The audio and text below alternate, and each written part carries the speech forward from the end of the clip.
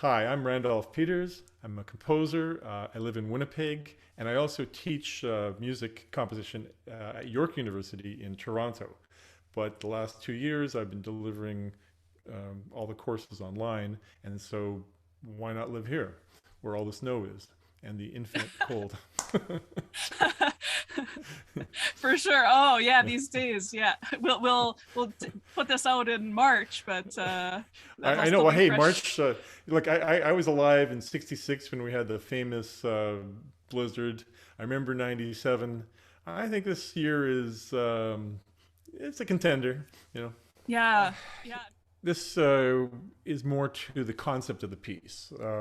Luminous is a shortish clarinet concerto, but it's inspired by the painting and life of Marc Chagall, um, who lived in the almost 100 years. I mean, he died in 1985, and he was involved with almost every art movement that there was. You know, from Cubism, Fauvism, Expressionism, Surrealism, you name it. Like he had his own style, but he touched on all the major happenings of the 20th century, and uh,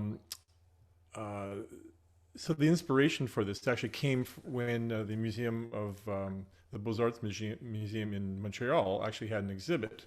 The Israeli Foundation sponsored that. And then what I like about an exhibit, art exhibit, is that you get to see somebody's body of work from beginning to end, and you intersect that with their life story, and you realize, oh, here he's fleeing the Nazis, but he's also creating this art, or here he's writing music from his village in what is now Belarus, right? Or here he's in New York and he's writing music for the Firebird Suite. Not writing music, doing costumes and sets and all the artwork for the Firebird Suite, like a mounting of that work in 1946. You know, and you see this intersection of music and life, and you just sort of get immersed in this whole world. And the thing that sticks with you is, or stuck with me, is just his use of color. It just sort of glows and it's beautiful and it's surrealistic, but also at times realistic. You know, it's like in literature, kind of like it to magic realism in some ways, where things can just go out of whack and into strange realms, but they still kind of make sense in a realistic sort of way. But anyway, so that's what I like doing in my own music, and so I found an affinity with Chagall. Almost all of my works, my pieces of music, have some kind of concept behind them. It's usually an extra musical concept, and I like working with that because it's inspiring, and I also use it as a way to like an extra metaphor or storytelling, you know, for the audience. Another way to connect up with music that might otherwise be considered difficult. I don't think this piece is difficult, but you know, I'm a composer, so I have a warped sense of what's palatable or not.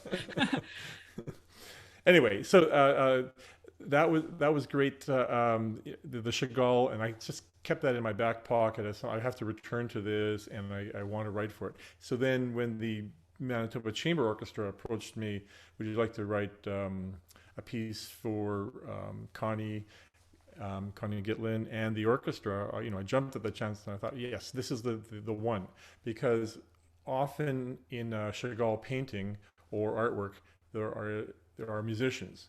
They're often floating in the sky against some kind of colorful background, and it's often a clarinetist or a violinist or both of them together. And in some cases, it's with many instruments. And so that is a feature of Chagall's work from his earliest to his later works. There's often sort of a musical element. And in turn, he inspired many composers and musicians. I'm one out of many, but I wanted to do a different take on it. So one of the things that when you see the musicians, often it's referencing yeah, the shtetl life back home, and the life marking events.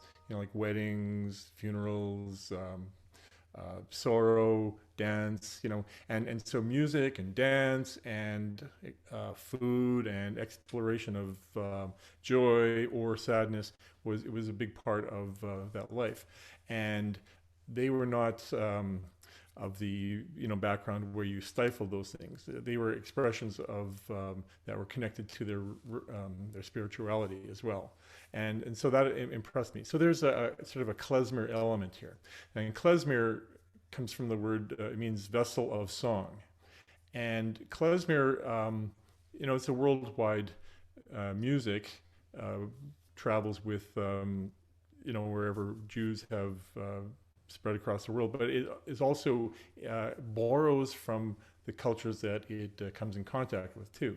And Manitoba has a rich klezmer tradition as well. And that is another sort of body of or a style of music that Connie also is very good at playing. I mean, she does the classical thing, but also klezmer. And I thought, well, if we can sort of marry those two concepts. So sometimes you can write things that sound like klezmer, and other times you can, say, interpret it with the tone and the ornamentation that klezmer might do. But I don't want to just sort of imitate, like do a poor imitation of a style of music that I'm not immersed in. I wanted to, first of all, become immersed in it, but also what would happen to Chagall if he was painting today, for example? Or what, just to keep going. Like you have an acknowledgement of that past, that kind of music, that kind of imagination, but then you keep moving so that it still feels fresh and alive. And so I wasn't picking out specific paintings, from Chagall. I was more impressed by the idea of what would he do next, and how does he spread color, and how does he use that to create images and tell stories and that kind of thing.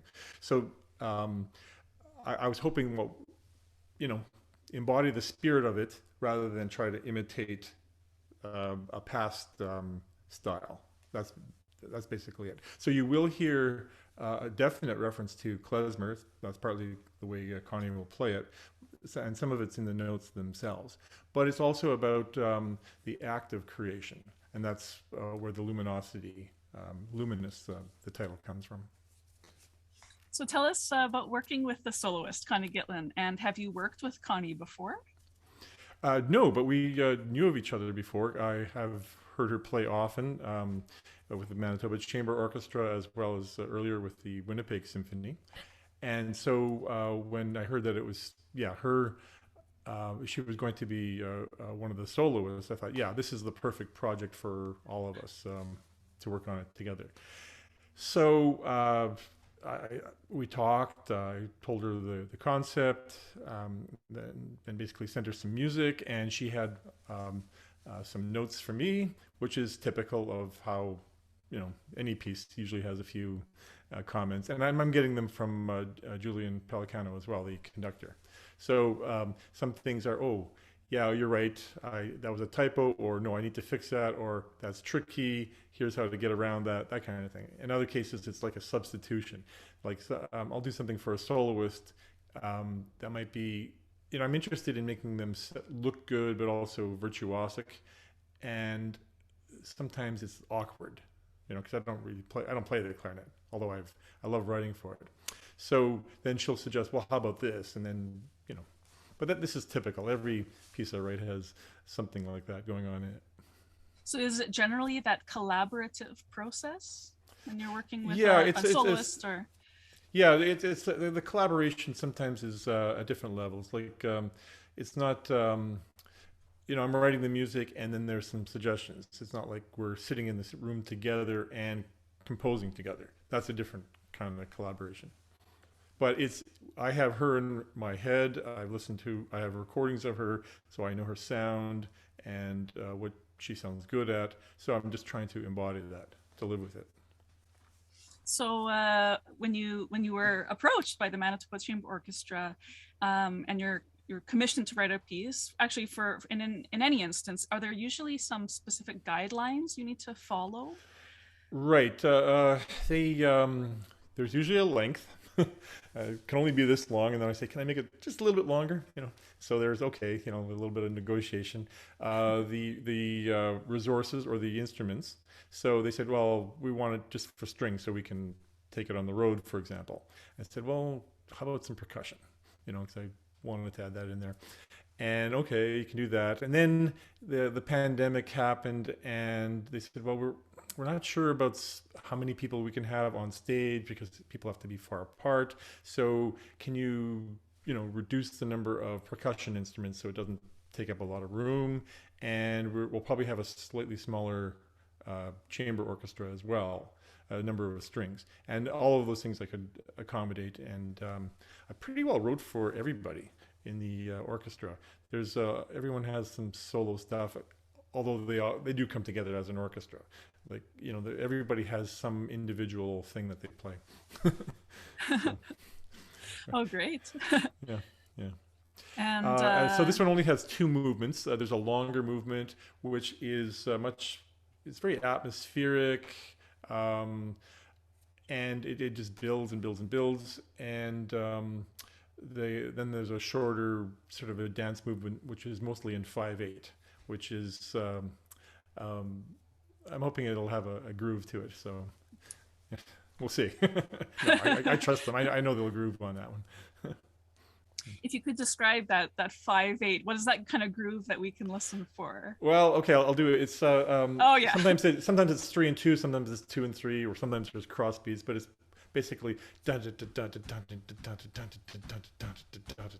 kind of thing. It's like a long, short, but you'll feel it, and there's even a drums in that one. Always interesting to tap your foot along to that.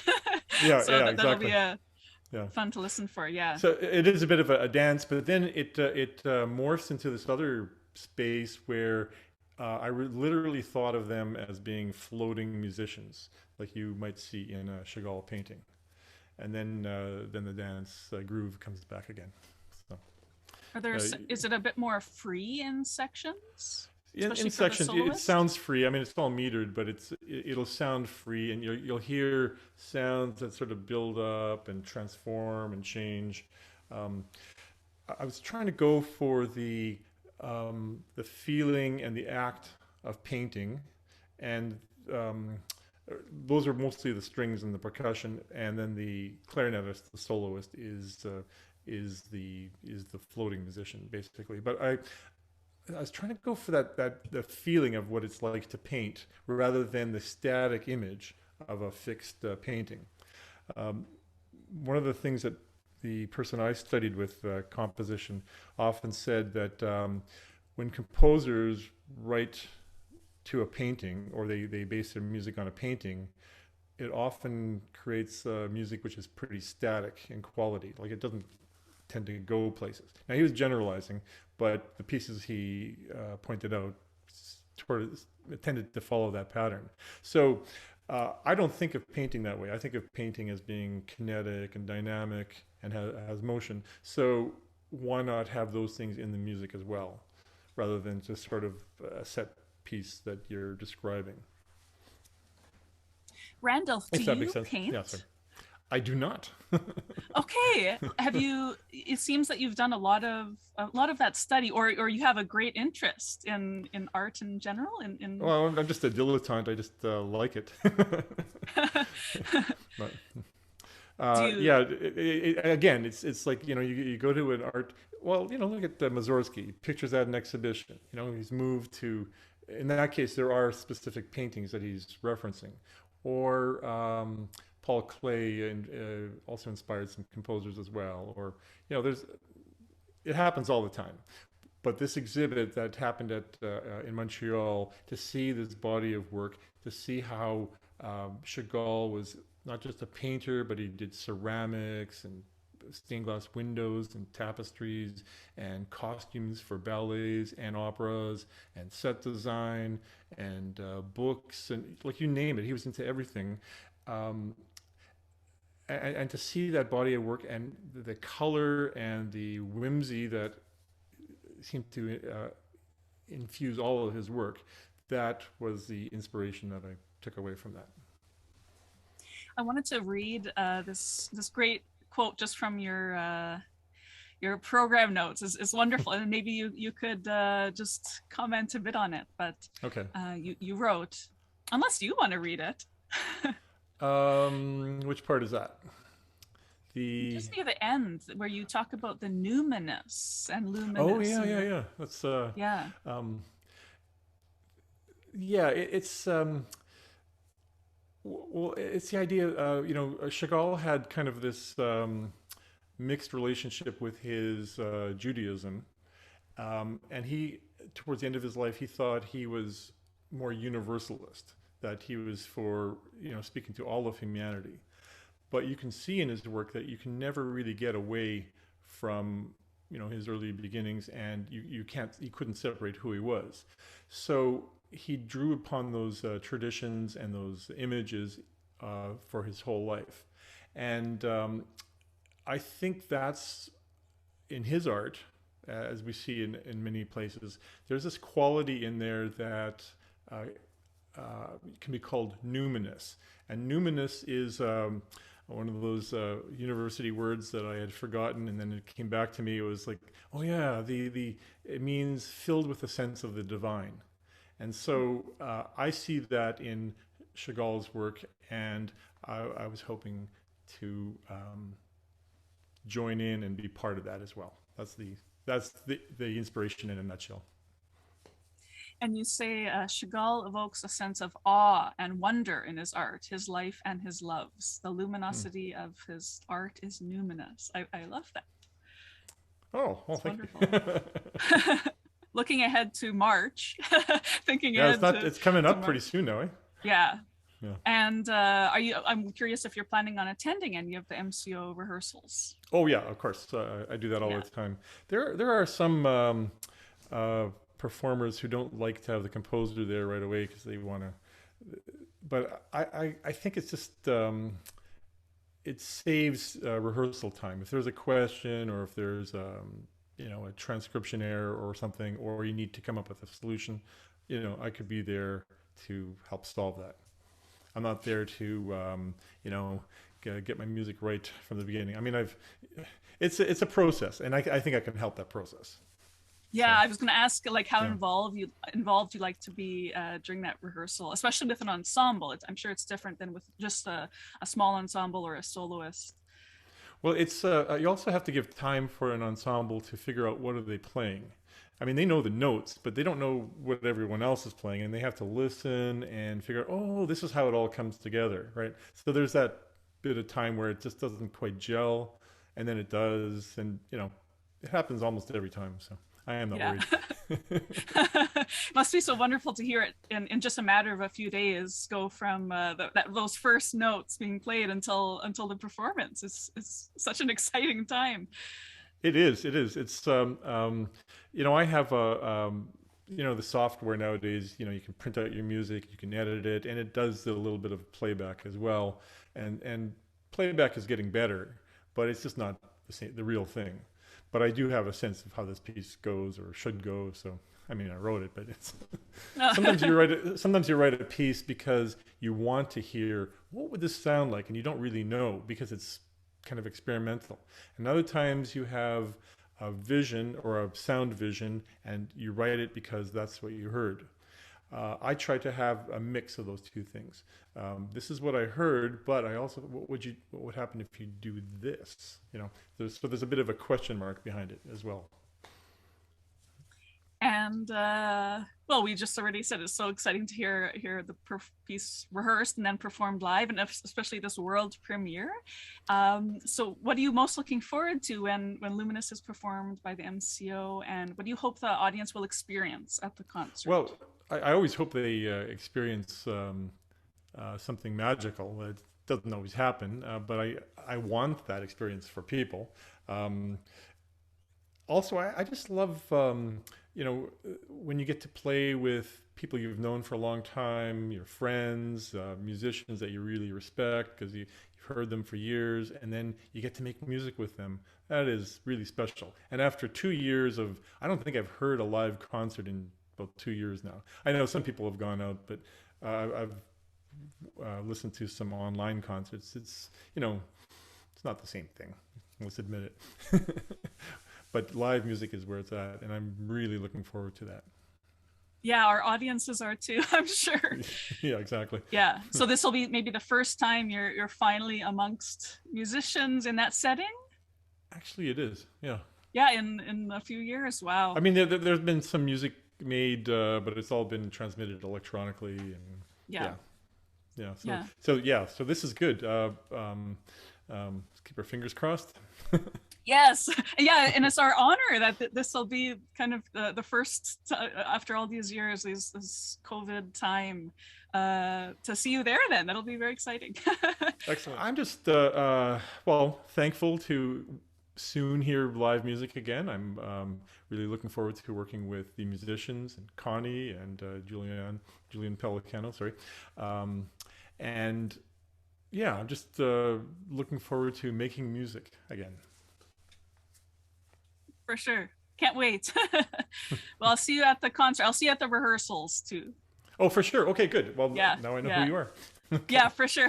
Thank you again.